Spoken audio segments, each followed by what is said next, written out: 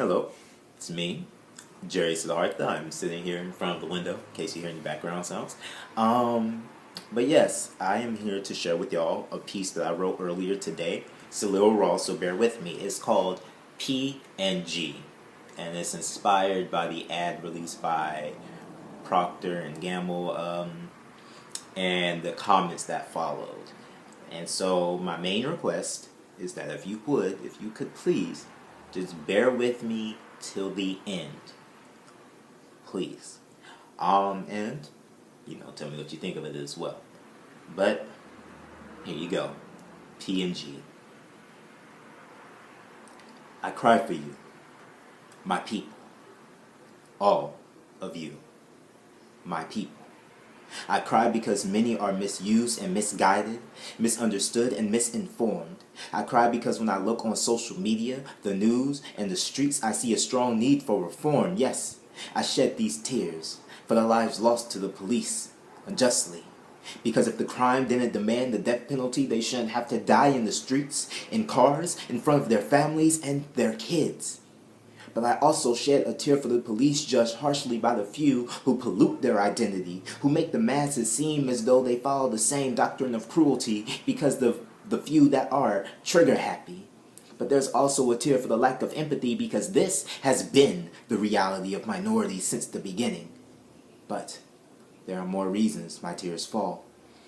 There's a tear for the dialogue, for those too in their ways to open to see how the pieces fall, blinded by their own pains in life, saying things like, if I go through this strife, their pain is nothing special, nothing different. I don't get privileges. I'm not given nearly as much when the government makes decisions. Slavery has been over for hundreds of years, so they should be living without fear instead of complaining.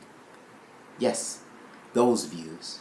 I shed a tear for you because you genuinely believe that we are all treated free and equal, but don't know the plans to disadvantage the melanated people, the history of Jim Crow, black codes, redlining, job discrimination, welfare plot, and all these terms you've heard me use before.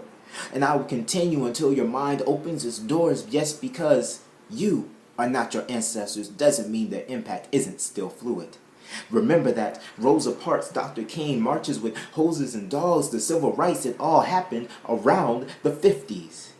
You may have been young or non-existent, but many Euro families were living the dream, becoming wealthy, sustaining to continue to pass down for their generations, while minorities were fighting to get away from the plantations, servitude, bus boys and cleaners, fighting to maintain the wealth they could gain, but there were always threats to take it away. And if you don't believe me, just look up Black Wall Street.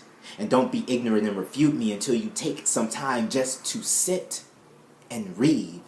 Please. But see, I also cry because of opportunity not being taken. The opportunity to discuss the toxicity within our nation and how it's denied, for many feel it just fuels separation, and it does, because it's not properly discussed.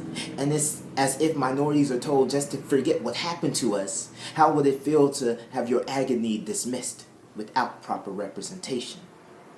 But see, I also cry because a white kid can't feel safe in a black neighborhood and at a black school. But then again, I also cry for the black kid who can't feel safe in the black neighborhood, the black school, the white neighborhood, with the police, in the city street, in the corporate office, driving, and even at church. All because of stereotypes that don't reflect their worth. But see, I must shed a tear for those who are wrongfully hurt and accused, to those of Euro descent who are abused because they and their kids must deal with their ancestors' sins, because they often do nothing wrong, but are often limited to understanding because they've been misinformed, for those shrouded in judgment when they aren't ignorant, also immediately judged because of the lack of pigment in their skin, for those who feel the need to apologize and repair a system that they themselves did not have it originate from.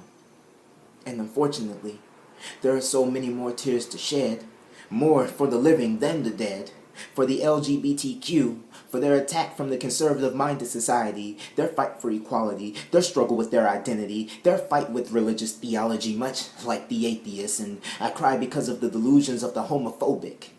And I Also, have to take a time to say that I cry for my Muslim brethren, again labeled by the few, the single-story view many buy into, shedding a tear for those impacted because their beliefs are viewed as sexist, that they are terrorists, a tear for all the times eyes focus on them immediately as soon as they walk into a room. And for those comments of those who are confused when they don't know that one doesn't look like the stereotypical Muslim and they start to spat jokes about their views. I also shed a tear for the forgotten, the various Asians and how America has robbed them, meshing and molding their identities, taking away their cultural individuality, and a tear for the original people, the natives of America who suffered genocide like blacks and Jews, who have been lost in the waves of time, who continue to get victimized with stolen art and pipelines.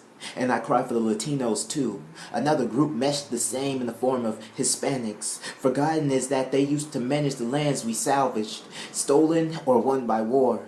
We kicked them out their own doors and started regulating how many are allowed to see their lands of their history, hating them for trying to work for their families, working the jobs that no one even really wants.